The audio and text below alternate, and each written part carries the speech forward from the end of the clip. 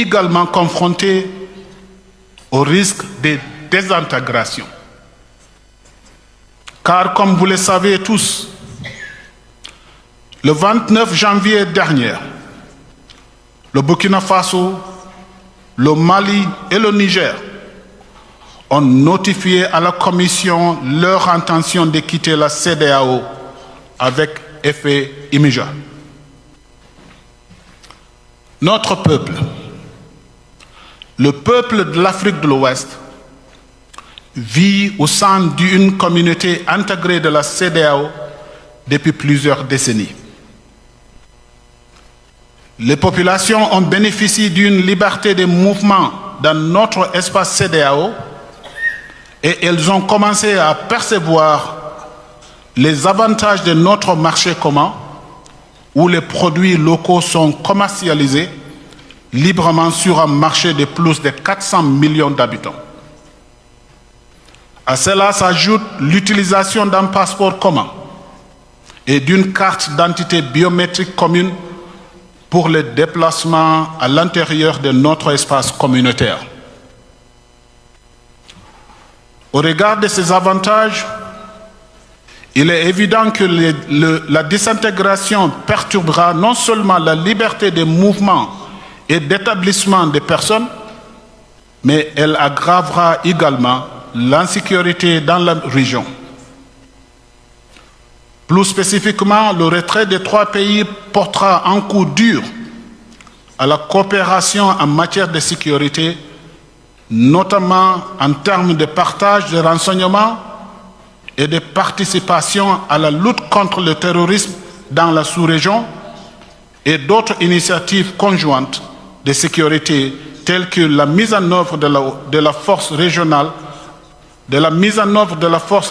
en attente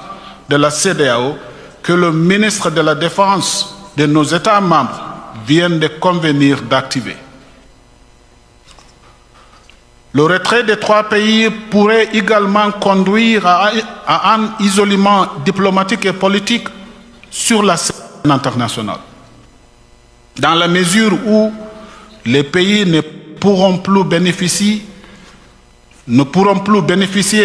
d'un soutien des blocs en cas de candidature de leurs citoyens ou citoyennes à des postes internationaux au sein de l'Union africaine, des Nations unies et d'organismes similaires. Ce retrait affectera également les conditions de voyage et d'immigration des citoyens de ces trois pays, car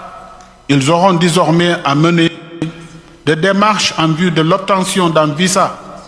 avant de voyager dans la sous-région. Les citoyens de ces pays pourraient ne plus être en mesure de résider ou de créer librement des entreprises dans le cadre des facilités mises en place par la CEDEAO et pourraient être soumis à diverses lois nationales. Ainsi, ces trois pays vont devoir cesser d'utiliser le passeport de la CEDEAO, la carte d'identité nationale biométrique de la CEDEAO et l'assurance automobile carte brune de la CEDEAO à l'échelle régionale. Sur le plan économique et financier, le retrait des trois États membres pourrait entraîner l'arrêt ou la suspension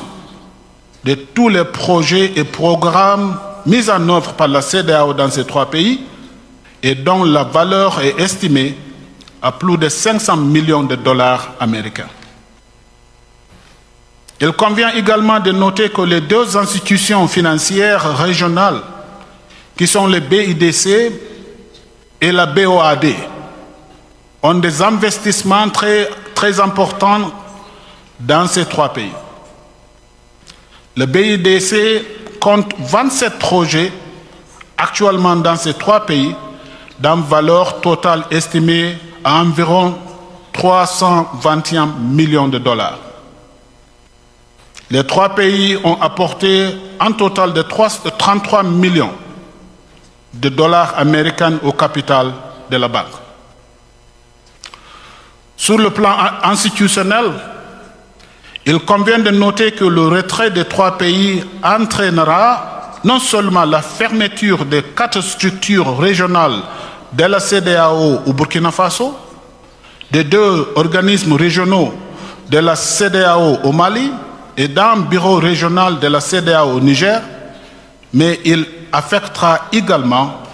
la sécurité d'emploi de quelques 130 personnels de la CEDEAO qui sont des citoyens des 3 pays.